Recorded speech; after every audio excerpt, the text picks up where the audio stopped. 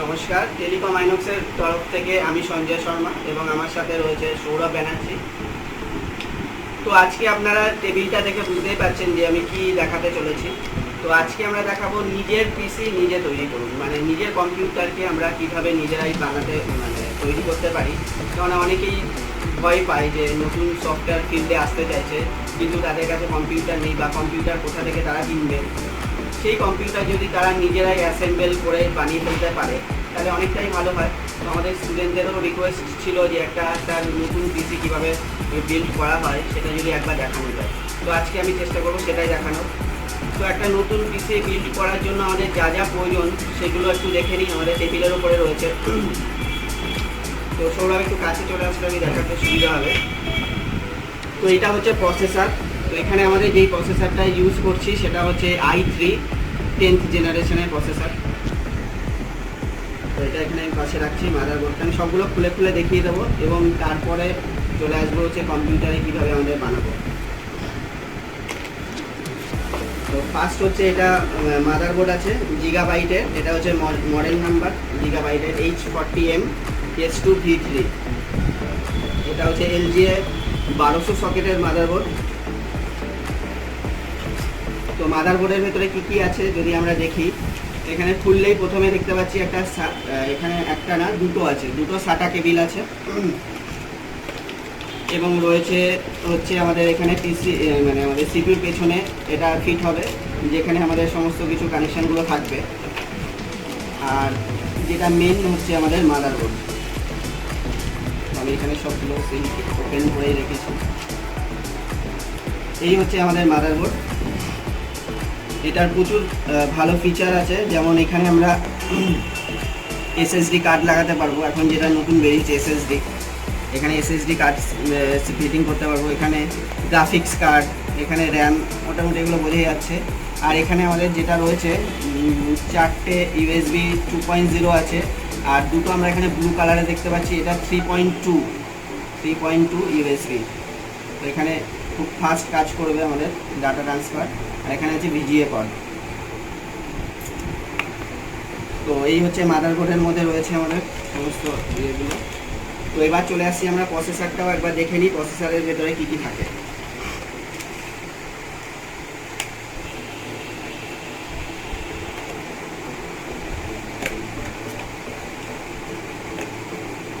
এটা আমাদের 10th জেনারেশনের প্রসেসর i3।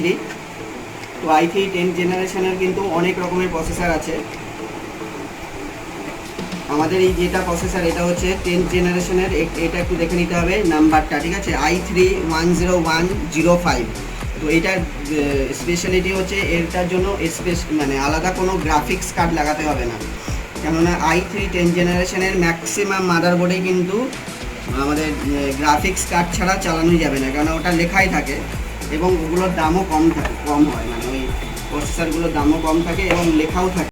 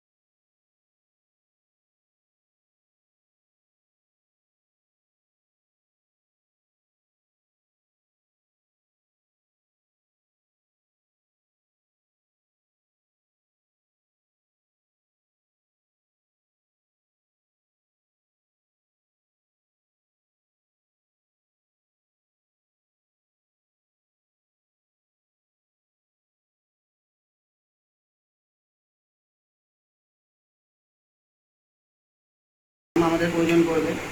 তো কেউ চাইলে দুটোও লাগাতে পারে। এটা 4GB আমি লাগিয়েছি।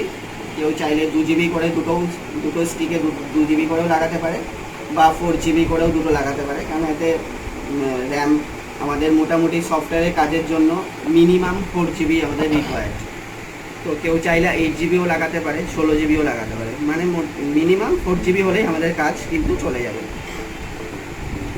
কেননা ভালো কাজ করতে গেলে আমাদের র্যামটা কিন্তু একটু ভালো রাখতে হবে, কেননা আমরা যখন UEFI বা ইজি জেটাক এই সমস্ত বক্সে যখন কাজ করব, এই আমাদের কাছে UEFI বক্সও কিন্তু চলে এসছে।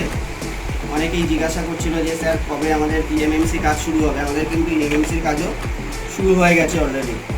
UEFI বক্সও আমাদের হাতে চলে এসছে। UEFI বক্সও এসে গেছে, নতুন পিসি চলে এসছে। কেননা একটা তো রয়েছেই আমাদের কম্পিউটার CPU, আর একটা দরকার ছেলেদের প্র্যাকটিসের জন্য। তো অনেকদিন ধরেই ভাবছিলাম একটা নতুন পিসি বিল্ড করার প্রয়োজন। তো কালকেই আমরা সব মার্কেট থেকে নিয়ে চলে এসেছি। তো দেখতেই পাচ্ছেন এখন সব কিছু এখানে রয়েছে টেবিলের উপরে। তো আর কি লাগবে? আর লাগবে একটা আমাদের SMPS পাওয়ার সাপ্লাই। তো সব নতুনই রয়েছে SMPS, এখনো খোলাই হয়নি এটা। আর লাগবে একটা ক্যাবিনেট, যার মধ্যে আমরা এটা ফিটিং করবো। এটা যার যেরকম ক্যাবিনেট পছন্দ সেই অনুযায়ী আনলেই হবে। তো এখানে আমরা একটা নর্মাল ক্যাবিনেট আমরা রয়েছে এখানে।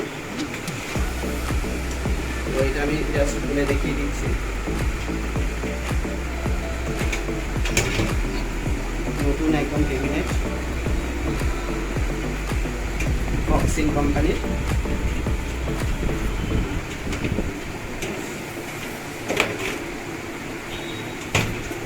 এখানে সমস্ত ওয়্যারগুলো আছে, যেখানে আমাদের পাওয়ার থেকে শুরু করে অডিও, USB সমস্ত কিছু এখানে কানেকশান হবে। তো এগুলো সব করা হবে।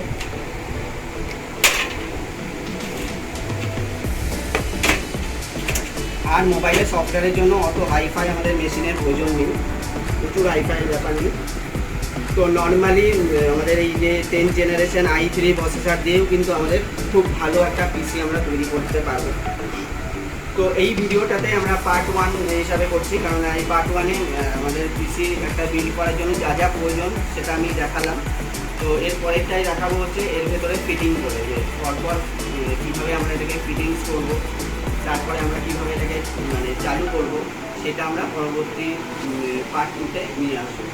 তো সবাই ভালো থাকবেন, সুস্থ থাকবেন, নমস্কার।